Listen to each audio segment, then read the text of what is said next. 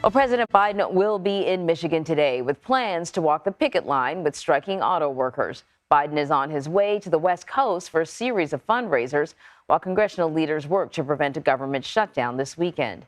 Nancy Cordes is at the White House with more. Nancy, good morning. Good morning, Anne Maria. This is an unusual move, no question, although it's not entirely surprising for a man who likes to call himself the most pro-union president ever. It'll also give him a high-profile opportunity to highlight his economic platform and achievements, which is something that polls show he needs to do. So today, President Biden is going to fly to Detroit to stand with picketing UAW workers from Wayne County. A reminder of what these striking auto workers are looking for. They want a 36% raise over 4 years, and they want to extend union protections to workers at 10 electric vehicle battery factories. Now, as this strike expands, we're already starting to see some economic impacts. Ford announced on Monday that it would pause work on a $3.5 billion EV plant in Michigan, while some automotive suppliers in the state are warning that layoffs may soon be necessary. Mr. Biden's trip today comes one day before former President Donald Trump is slated to skip the second GOP debate to speak to auto workers in Michigan himself. Let's not forget that Michigan is a swing state, and both men are already in general election mode. Trump weighed in on Sunday on the looming government shutdown, saying that conservatives should shut it down if they don't get everything that they want. The White House called that position shameful. This also puts Trump at odds with House Speaker Kevin McCarthy, who is still trying to work things out with a small group of conservative holdouts. He's trying to get them to accept a short-term fix that would keep the lights on and keep federal workers from being furloughed. Government funding runs out on Saturday, Anne Marie, at midnight. Yeah, there's a lot going on for the president to comment on. So let's start with this strike. Though he has called himself, as you point out, the most pro-union president, he still hasn't received an endorsement from the president of the UAW, Shawn Fain. The federal government, or not just the federal government, I mean, the president has very little influence here in terms of legal influence, in terms of how the negotiations are going with these two sides. So is this anything more than a photo op for the president?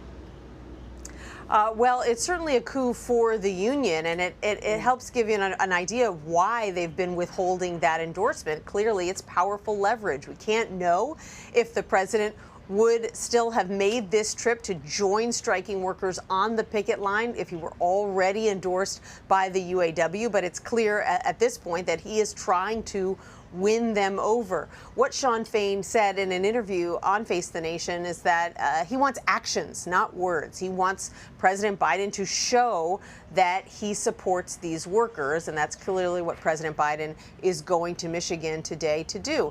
They also want him to address some concerns that they have about the administration. They're worried about EVs, for example. They worry that they can be built with fewer workers. They're worried that they can be built overseas in China. And, they would like to have some assurances from President Biden that the administration is aware of these concerns and is going to do something about it.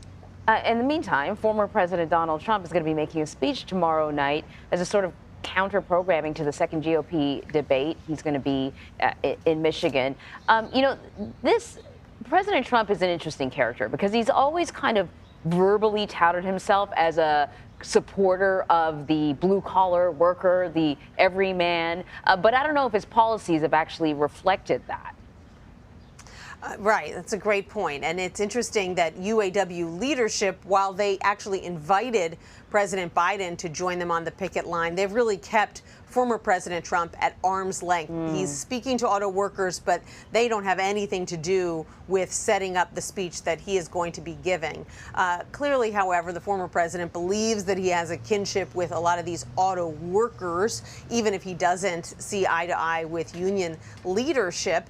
And beyond that, winning over the working class in Michigan is of paramount importance in a general election. He lost Michigan back in 2020, and he would need to pick it up this time around to have a different electoral outcome.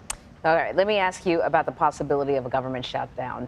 Ratings agency Moodys says a shutdown would harm the country's credit, a warning that comes after Fitch downgraded the U.S. by one notch over the debt ceiling crisis. How concerned is the Biden administration about the economic fallout that a shutdown could possibly bring? And, you remind us, we're looking at an election.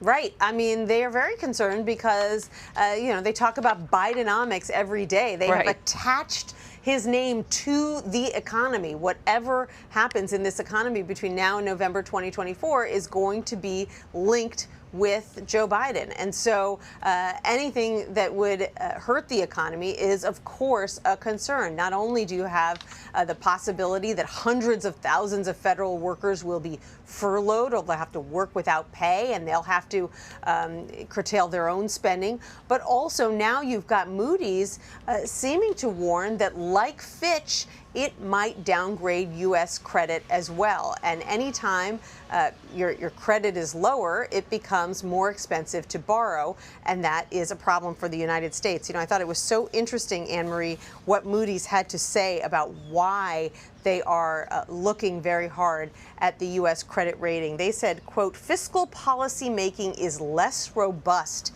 in the U.S. than in many of their AAA-related peers, and another shutdown would be further evidence of this weakness. Wow. So really, Moody's not mincing words, basically saying the U.S. is not up to snuff when it comes to economic policy making, and that other countries are doing a much better job. Right, and this recurring nightmare of coming to the edge of a government shutdown over and over and over again, there are repercussions. Nancy, thank you. You're welcome, Anne-Marie.